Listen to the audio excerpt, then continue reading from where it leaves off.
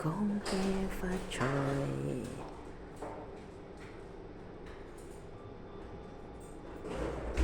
Ito yung ano nila, dekorasyon.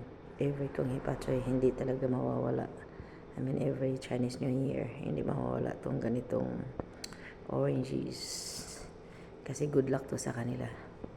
Kaya mostly na mga Chinese, pag dumalaw sa kanilang mga relatives, may dalang ganitong orange.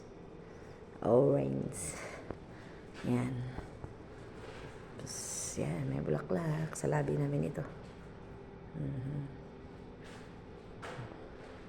Ito lang ang pinaka ano nila, pinaka decoration. Ayan. Nice, simple, beautiful.